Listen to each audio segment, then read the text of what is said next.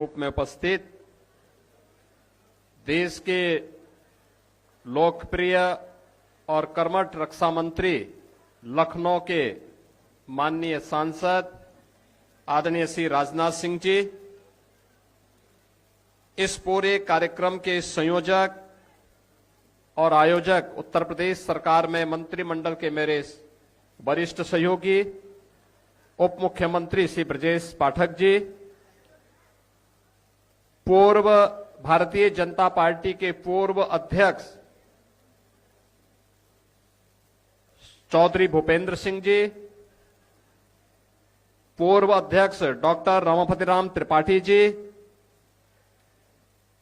उत्तर प्रदेश सरकार में मंत्रिमंडल के मेरे सभी सहयोगीगण, सभी सम्मानित जनप्रतिनिधिगण और भारी संख्या में सदैव अटल जी की स्मृति को जीवंत बनाने वाले उनके सभी अनुयायी समर्थक और आज की इस अटल गीत गंगा को एक नई ऊंचाई प्रदान करने वाले सुविख्यात साहित्यकार युग कवि डॉक्टर कुमार विश्वास जी और उपस्थित बहनों और भाइयों, मैं सबसे पहले इस पूरे कार्यक्रम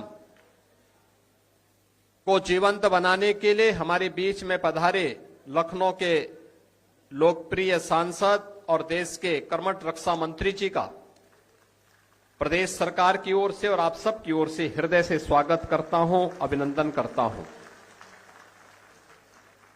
बहनों और भाइयों, जब हम अटल जी की बात करते हैं तो भारतीय राजनीति का एक ऐसा चेहरा जिसने 6 दशक तक भारत की राजनीति को एक नई ऊंचाई दी, उसे मूल्यों और आदर्शों के साथ जोड़ा। राजनीति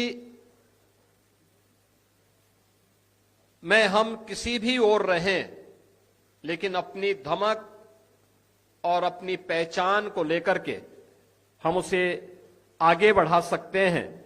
और अटल जी की ये प्रेरणा, उनका एक संघर्ष, उनका ये संकल्प उनकी कविताओं में भी, क्योंकि वे कवि भी थे, एक लेखक भी थे, एक पत्रकार भी थे, एक राजनेता भी थे और एक दूरदृष्टा राजनेता के साथ साथ एक अभिभावक के रूप में भी उनका मार्गदर्शन पूरे देश ने लिया है और दुनिया भी उनका उसी रूप में सम्मान करती थी। उनकी कविताएं हर एक उस नागरिक को जिसके सामने चुनौती होती है, संकट होता है, हर उस नागरिक के लिए प्रासंगिक होती है और उसके लिए एक नई प्रेरणा भी। हार नहीं मानूंगा, रार नहीं ठानूंगा, काल के कपाल पर लिखता मिटाता हूं, गीत नया गाता हूं। अटल जी जैसा कवि हृदय और देश के लिए उतना ही दृढ़ हृदय, दृढ़ इच्छा शक्ति के साथ कार्य करने वाला राजनेता, दूरदर्शी राजनेता, भारत की ग्राम्य विकास का हो, भारत के नगरीय कनेक्टिविटी का हो, देश के अंदर पब्लिक ट्रांसपोर्ट सिस्टम को एक नए आयाम के साथ आगे बढ़ाने का कार्य हो, या गरीब कल्याणकारी योजनाओं के माध्यम से हर एक गरीब के सामने पंडित दीनदयाल उपाध्याय के सपने, अंत्योदय के लक्ष्य को प्राप्त करने का उनका संकल्प, यह निरंतर एक नई पहचान इस पूरी व्यवस्था को देता है। याद करिए, जब उन्होंने भारतीय जनता पार्टी की कमान संभाली, नया नया जनता पार्टी के अवसान के बाद भारतीय जनता पार्टी नए सिरे से आगे बढ़ी थी। और उस समय की स्थिति कैसी थी? उस समय भी उन्होंने किस दृढ़ता के साथ काम लिया और उन्होंने उस समय कहा था, अंधेरा छटेगा, सूरज निकलेगा। उन्होंने देशवासियों से उस समय कहा था, उस समय उन्होंने कहा था, विरोधियों से कहा था, विपक्षी दलों से कहा था, उन्होंने कहा था, तुम भाजपा से लड़ो, भारत से मत लड़ो। यह केवल एक दूरदर्शी राजनेता ही बोल सकता है। और अटल जी ने सदैव इन कार्यों को हमेशा प्राथमिकता के आधार पर आगे बढ़ाने का काम किया। भारतीय राजनीति के ऐसे अजात शत्रु सदैव अटल जी की स्मृति को आगे बढ़ाने का कार्य कर रही है। और आप सबसे मैं आह्वान करूंगा, अटल जी की शताब्दी महोत्सव के अवसर पर उत्तर प्रदेश सरकार ने हर कॉलेजेस में, स्कूल कॉलेजेस में तो प्रतियोगिता की ही है। हमारे विचार परिवार से जुड़े हुए एक बड़े स्थल को, राष्ट्र प्रेरणा स्थल, कल लोकार्पण करने के लिए आदरणीय प्रधानमंत्री जी लखनऊ पधार रहे हैं। यानी यह विचारधारा कहां से आगे बढ़ी है और कैसे भारत को नेतृत्व देते हुए एक नए भारत के रूप में आज हम सबको आगे बढ़ा रही है। डॉक्टर श्यामा प्रसाद मुखर्जी जी, पंडित दीनदयाल उपाध्याय जी और सरदेव अटल बिहारी वाजपेयी जी की 65 फुट ऊंची कांस्य की प्रतिमाओं के साथ ही डिजिटल म्यूजियम के माध्यम से पूरे विचार दर्शन को आपको वहां देखने को मिलेगा। मुझे लगता है जो भी जाएगा अभिभूत होकर के आएगा। एक बड़ा मंच मिल गया है। अभी मैं कह रहा था, यहां पे हम लोग बैठे थे, कुमार विश्वास जी कह रहे थे कि सभागार छोटा पड़ गया। अगली बार इससे भी बड़ा सभागार आपको राष्ट्र प्रेरणा स्थल कार्यक्रम के लिए मिल जाएगा।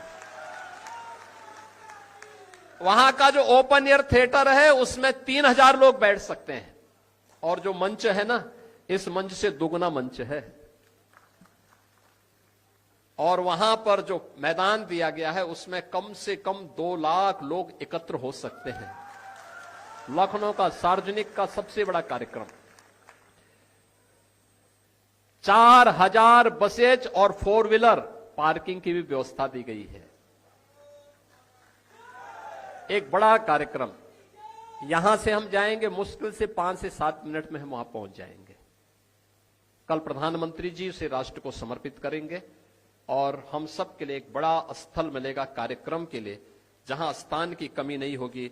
हर प्रकार के कार्यक्रम वहां पर आगे बढ़ेंगे। अटल जी को कल हम उनके शताब्दी महोत्सव के अवसर पर प्रधानमंत्री जी के कर कमलों से, आदरणीय रक्षा मंत्री जी और अन्य गणमान्यों की उपस्थिति में यह राष्ट्र को समर्पित होगा। अटल जी के प्रति हमारी श्रद्धांजलि, विनम्र श्रद्धांजलि होगी। और अटल जी ने हम सब के लिए यही बात कही है, जो उनकी हमेशा हम सब के लिए एक प्रेरणा रही है कि मेरे प्रभु, मुझे इतनी ऊंचाई कभी मत देना, गैरों को गले न लगा सकूं इतनी रुखाई कभी मत देना। यह हर कार्यकर्ता के लिए, विचार परिवार के साथ साथ हर भारतीय के लिए एक नई प्रेरणा है। मैं एक बार फिर से अटल गीत संध्या के इस अवसर पर मैं आप रक्षा मंत्री जी का, आप सबका हृदय से अभिनंदन करता हूं। सरदेव अटल जी की स्मृति को नमन करते हुए नम्र श्रद्धांजलि अर्पित करता हूं। धन्यवाद। जय हिंद। बहुत बहुत धन्यवाद माननीय मुख्यमंत्री जी। अंधेरा छटेगा, सूरज निकलेगा और कमल खिलेगा। श्रद्धेय अटल जी की पार्टी की स्थापना के अवसर पर इन पंक्तियों के माध्यम से श्रद्धांजलि अर्पित करने के लिए। और मित्रों, बिना किसी विलंब के इन पंक्तियों के साथ में कि हम हिंसा के नहीं पुजारी, जन जन में यह प्रण भी भर दें, भय बिन होए न प्रीति मंत्र को, किंतु विश्व में मुखरित कर दें, विष्णुगुप्त की शिखा खोल दें, कौन छली प्रतिकार करेगा, एक बार करवट तो बदले, सारा जग जयकार करेगा। माननीय रक्षा मंत्री आदरणीय श्री राजनाथ सिंह जी। जब इन्होंने भूमिका बनाना प्रारंभ किया तभी मैं समझ गया कि अब मुझे आमंत्रित करेंगे। इसलिए पहले ही उठकर मैं यहां आ गया। उत्तर प्रदेश के यशस्वी माननीय मुख्यमंत्री श्री योगी आदित्यनाथ जी और हमारे श्री ब्रजेश पाठक जी, उप मुख्यमंत्री, पूर्व अध्यक्ष भारतीय जनता पार्टी से रमापत राम जी त्रिपाठी और श्री भूपेन्द्र जी चौधरी, और एक को तो परिचय कराने की जरूरत नहीं है, नाम भी न लें तब भी काम चल जाएगा, कुमार विश्वास जी, और यहां की महापौर। मंच पर बहुत लोग, मंचों मैदान में बैठे मेरे सभी सम्मानित बहनों एवं भाइयों, अटल जी के व्यक्तित्व से हमें परिचय कराने की कोई आवश्यकता नहीं है। जन जन अटल जी के व्यक्तित्व से, उनके कर्तृत्व से, बैठने की जगह नहीं है क्या भाई? अटल जी के व्यक्तित्व और कर्तृत्व से अच्छी तरह परिचित है। आपने देखा होगा कि कुछ व्यक्ति ऐसे होते हैं जब किसी पद पर बैठे होते हैं तो उसके पद के कारण उनका सम्मान होता है, ओहदे के कारण उनका सम्मान होता है। लेकिन कुछ ऐसे व्यक्तित्व होते हैं कि भले ही वह किसी पद पर न हो, उनका सम्मान उनके पद के कारण नहीं होता है, बल्कि उनके कृतियों के कारण होता है, उनके व्यक्तित्व के कारण होता है। श्रद्धेय अटल बिहारी वाजपेयी जी एक वैसी ही शख्सियत थे जैसे आप सभी यहां पर पढ़े लिखे लोग बैठे हैं। आप जानते हैं 111 तीनों एक एक एक हैं, लेकिन पहले का जो एक है उसकी वैल्यू 100 है, 20 का जो एक है उसकी वैल्यू 10 है और अंतिम में जो एक है उसकी वैल्यू 1 है।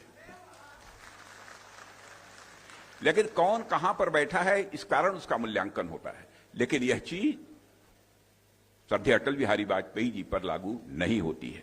एक ऐसा अद्भुत उनका व्यक्तित्व था। आज अटल जी की जयंती की पूर्व संध्या पर हम सब यहां पर एकत्रित हुए हैं। आमतौर पर जब भी महापुरुषों की जयंती मनाई जाती है तो बहुत ही गंभीर होती है और सामान्यतः वो औपचारिक भी होती है। लेकिन जब व्यक्तित्व श्री अटल बिहारी वाजपेयी जी जैसा जीवंत हो और जिंदा दिल हो मेरे बहनों भाइयों, तो उनकी जयंती भी स्वाभाविक रूप से एक अपना अलग स्वरूप ले लेती है। मैंने देखा है कि जब भी उनकी जयंती का कार्यक्रम होता है, भले ही वो हमारे बीच नहीं है, लेकिन उनको श्रद्धांजलि अर्पित करने के लिए लोगों के अंदर एक ललक होती है और जो भी कार्यक्रम आयोजित होते हैं उन कार्यक्रमों में लोग भाग लेते हैं। यह खुशी की बात है कि इस आयोजन का माहौल मैं मानता हूं न तो औपचारिक है न ही बहुत बोझिल है, बल्कि अपनत्व और आत्मीयता से यह पूरी तरह से भरा हुआ है। ठीक वैसे ही जैसे अटल जी का जीवन और उनका व्यक्तित्व था जो हर किसी को छू जाता था, और इसको जीवंत बनाने के लिए मैं समझता हूं कि भारत के ही नहीं बल्कि दुनिया के माने जाने कवि भी यहां पर मौजूद हैं। उनका नाम लेने की जरूरत नहीं है, आप सभी अच्छी तरह जानते हैं। साथियों, अटल बिहारी वाजपेयी जी का जहां तक प्रश्न था, सार्वजनिक जीवन की उथल पुथल और शोर शराबे में भी कविता के कोमल स्वर को सदैव उन्होंने जीवित रखा है।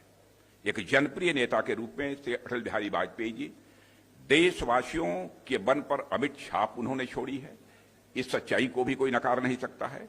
लेकिन उतनी ही गहराई से उन्होंने अपनी कविता के माध्यम से लोगों के दिलों को जीतने में भी उन्होंने कामयाबी हासिल की है। हम सभी इसे स्वीकार करते हैं। और जिन दिनों अटल जी 10वीं कक्षा में पढ़ते थे, शायद आपको जानकारी होगी कुछ लोगों को, उन्होंने अपनी लोकप्रिय कविता जो पहली लिखी थी, हिंदू तन मन हिंदू जीवन रग रग हिंदू मेरा परिचय, यह कविता उन्होंने लिखी थी। और 10वीं कक्षा में पढ़ने वाले छात्र की उम्र ही क्या होती है, लेकिन उस समय इस कविता को सुनकर बहुत सारे बड़े बड़े दिग्गजों ने, विद्वानों ने कहा कि यह व्यक्ति सामान्य व्यक्ति नहीं है, बल्कि यह व्यक्ति भारत का भविष्य है। अटल बिहारी वाजपेयी जी के बारे में उस समय ही लोगों ने कहा था। सन 1942 में कालीचरण कॉलेज के ओटीसी में कैंप लगा था और उस समय राष्ट्रीय स्वयंसेवक संघ के सरपंच संघ चालक गुरुजी उसमें मौजूद थे। जब उनके सामने उन्होंने यह कविता पढ़ी तो पूरा का पूरा सभागार ही तालियों की गड़गड़ाहट से गूंज उठा था। साथियों, अटल जी से मैं समझता हूं कि लखनऊ के लोग विशेष रूप से, जो कम आयु के लोग हैं उनके बारे में तो नहीं कह सकता, लेकिन बड़ी आयु के लोग हैं, अधिकांश लोग किसी न किसी प्रकार, किसी न किसी रूप में अटल जी के संपर्क में आए हैं। अटल जी की यह बात कोई हम कभी नहीं भूलते, अब बराबर चित्त में मैं बैठा कर रखता हूं। और जहां पर भी मेरा कार्यालय पार्टी का राष्ट्रीय अध्यक्ष रहते हुए अथवा जहां कभी बना, अपने रक्षा मंत्रालय में भी इसको लगवा कर रखा है कि छोटे मन से कोई बड़ा नहीं होता, टूटे मन से कोई खड़ा नहीं होता। और मैं कहना चाहता हूं, सचमुच यह बात तो हमारे अंदर तक बैठ गई है और मैं अक्सर सार्वजनिक सभाओं में भी इसे समय समय पर दोहराता रहता हूं। बराबर अटल बिहारी वाजपेयी जी इस बात के लिए सजग रहते थे कि ऊंचाइयों पर व्यक्ति प्रायः अकेला हो जाता है। जब भी बड़ी ऊंचाई हासिल होती है व्यक्ति अकेला हो जाता है। पद, प्रतिष्ठा और बड़े दायित्व कई बार हमें लोगों से दूर कर देते हैं। यह बोध उनके मन में हमेशा रहा कि ऊंचा होना और अलग थलग हो जाना दोनों एक बात नहीं है। उनकी सबसे जानी मानी कविता ऊंचाई भी, उस कविता का नाम ही उन्होंने ऊंचाई रखा था, ऊंचाई भी इसी भाव को व्यक्त करती है। और यह कविता उन्होंने 1992 में पद्म विभूषण की उपाधि प्राप्त करने के बाद यह लिखी थी। इस कविता में अटल जी ने लिखा है, जरूरी यह है कि ऊंचाई के साथ विस्तार भी हो, जरूरी यह है कि ऊंचाई के साथ विस्तार भी हो, जिससे मनुष्य ठूंठ सा खड़ा न रहे, जिससे मनुष्य ठूंठ सा खड़ा न रहे, औरों से घुले मिले, किसी को साथ ले और किसी के संग चले। यह अटल बिहारी वाजपेयी जी ने लिखा था। और यह कहा जा सकता है मेरे बहनों भाइयों कि अटल जी के जीवन में ऊंचाई के साथ साथ विस्तार भी था। इसी कविता की अंतिम पंक्तियां है कि हे प्रभु, मुझे इतनी ऊंचाई कभी मत देना, गैरों को गले न लगा सकूं, इतनी रुखाई मत देना। जो अभी अभी हमारे योगी जी ने इस कविता को आप सबके समक्ष प्रस्तुत किया है। मित्रों, मैं याद दिलाना चाहता हूं 1998 की बात है। अटल जी अस्वस्थ थे और न्यूयॉर्क के अस्पताल में उनका इलाज चल रहा था। उस समय उन्होंने एक कविता लिखी थी और वह धर्मयुग में छपने के लिए उन्होंने उस समय भेजी थी।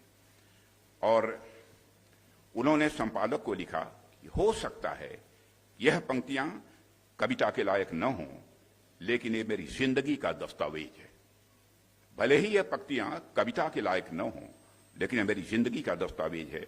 और यह कविता अटल जी के विषम से विषम परिस्थितियों में भी कभी हार न मानने वाली भावना का मैं मानता हूं सबसे सुंदर चित्रण है। उन्होंने लिखा था, टूटे हुए सपनों की कौन सुने सिसकी, टूटे हुए सपनों की कौन सुने सिसकी, अंतर की चीर व्यथा, पलकों पर ठिक ठिक ठिठकी, हार नहीं मानूंगा, रार नहीं ठानूंगा, काल के कपाल पर लिखता मिटाता हूं, गीत नया गाता हूं। कैसा विलक्षण व्यक्तित्व था। और आप सब जानते हैं कि अटल जी जितने गंभीर थे उतने ही विनोद प्रिय थे। और लखनऊ के लोग तो विशेष रूप से उनके इस व्यक्तित्व से परिचित हैं। हंसते हंसते भी अटल जी बहुत ही गंभीर बातें बोल जाया करते थे। एक बार कुछ लोगों ने उन पर आरोप लगाया कि वह बहुत फर्म नहीं है, अटल जी आप बहुत दृढ़ नहीं हैं। तो उन्होंने इस अंदाज में कहा, क्यों आपने कहा? मैं आपसे कहना चाहता हूं कि आप नहीं जानते, भूल गए क्या, मैं अटल भी हूं लेकिन साथ ही बिहारी भी हूं।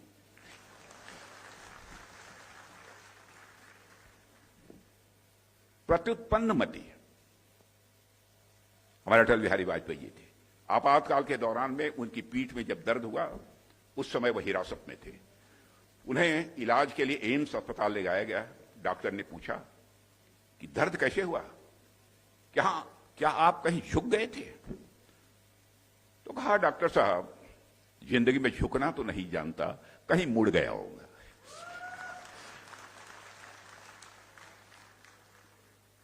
इसी बात से प्रेरित होकर अटल जी ने आपातकाल के विरुद्ध एक कविता लिखी थी कि दांव पर सब कुछ लगा है, दांव पर सब कुछ लगा है, रुक नहीं सकते, टूट सकते हैं मगर हम झुक नहीं सकते।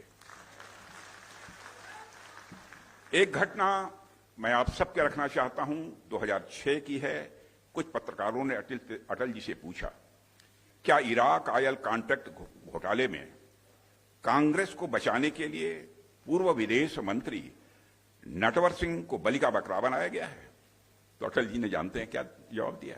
जब पूछा लोगों ने क्या उस पर पर्दा डालने के लिए, उस भ्रष्टाचार पर नटवर सिंह जी को बलि का बकरा बनाया गया था, तो उन्होंने मुस्कुराते हुए जवाब दिया, मैं शाकाहारी हूं। बहनों भाइयों, एक बार जब अटल जी पाकिस्तान के दौरे पर थे, ध्यान से सुनिएगा, जब एक बार वो पाकिस्तान के दौरे पर थे, एक अविवाहित महिला ने उनसे कहा, उनके भाषण से प्रभावित होकर, आप मुझसे शादी कर लें लेकिन मुंह दिखाई में मुझे कश्मीर दे दें। तो तो उन्होंने कहा कि मैडम, मैं भी आपसे शादी करने को तैयार हूं, लेकिन दहेज में मुझे पूरा पाकिस्तान दे दीजिए।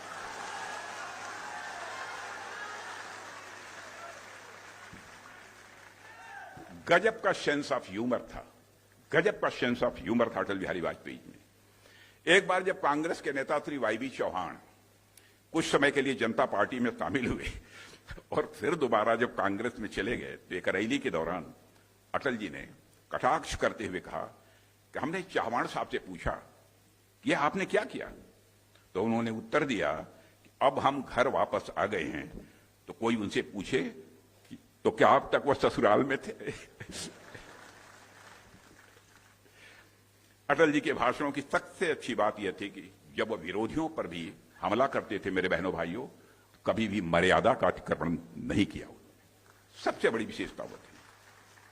एक बार हिमाचल के प्रदेश के मुख्यमंत्री वीरभद्र सिंह जी का नाम आपने सुना होगा।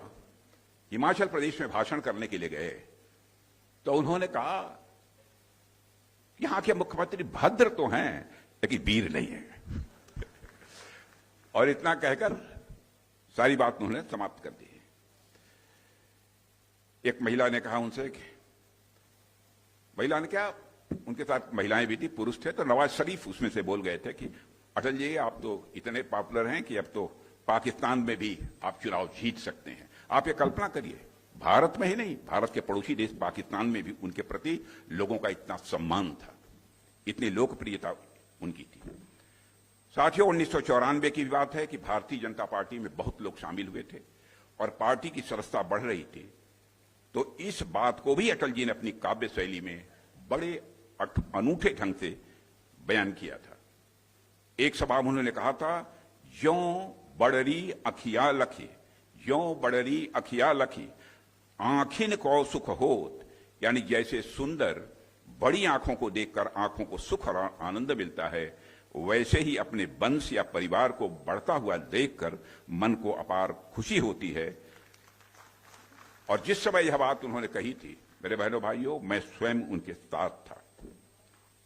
और हम सब के लिए गर्व का विषय है और यह प्रसन्नता का विषय है कि आज हमारी भाजपा के पहले राष्ट्रीय अध्यक्ष आदरणीय अटल बिहारी वाजपेयी थे। उनके आज हमारी भाजपा वो विश्व की सबसे बड़ी राजनीतिक पार्टी बन गई है। अटल जी ने लिखा है, चीर निशा का वक्ष, चीर निशा का वक्ष पुनः चमकेगा दिनकर, चीर निशा का वक्ष पुनः चमकेगा दिनकर। वे स्वयं भी सूर्य की तरह भारत की राजनीति के क्षितिज पर चमकते रहे और हमेशा वो चमकते रहेंगे, ऐसा मेरा पूरा विश्वास है। इन्हीं शब्दों के साथ उनकी स्मृति को नमन करते हुए मैं अपना निवेदन समाप्त करता हूं। बहुत बहुत धन्यवाद, बहुत बहुत आभार माननीय रक्षा मंत्री जी का। अब मैं आग्रह करता हूं, रूपेश सिंह जी जो सैंड आर्टिस्ट हैं और जिन्होंने सभागार के बाहर श्रद्धेय अटल जी की रेत से एक कलाकृति बनाई है, उनका सम्मान करने के लिए मैं आग्रह करता हूं माननीय रक्षा मंत्री श्री राजनाथ सिंह जी से, माननीय मुख्यमंत्री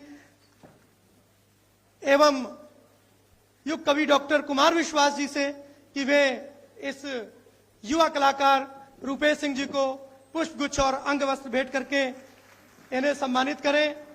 मित्रों, समय की बाध्यता है, हमारे बीच में डॉक्टर कुमार विश्वास जी हैं। मैं बिना किसी भूमिका के, मैं बिना किसी औपचारिकता के, मैं बड़ी विनम्रता के साथ, कल उनके वैवाहिक जीवन की वर्षगांठ थी, मैं इसके लिए उन्हें शुभकामनाएं देते हुए मंच पर आमंत्रित करता हूं डॉक्टर कुमार विश्वास जी। आप सबको बहुत बहुत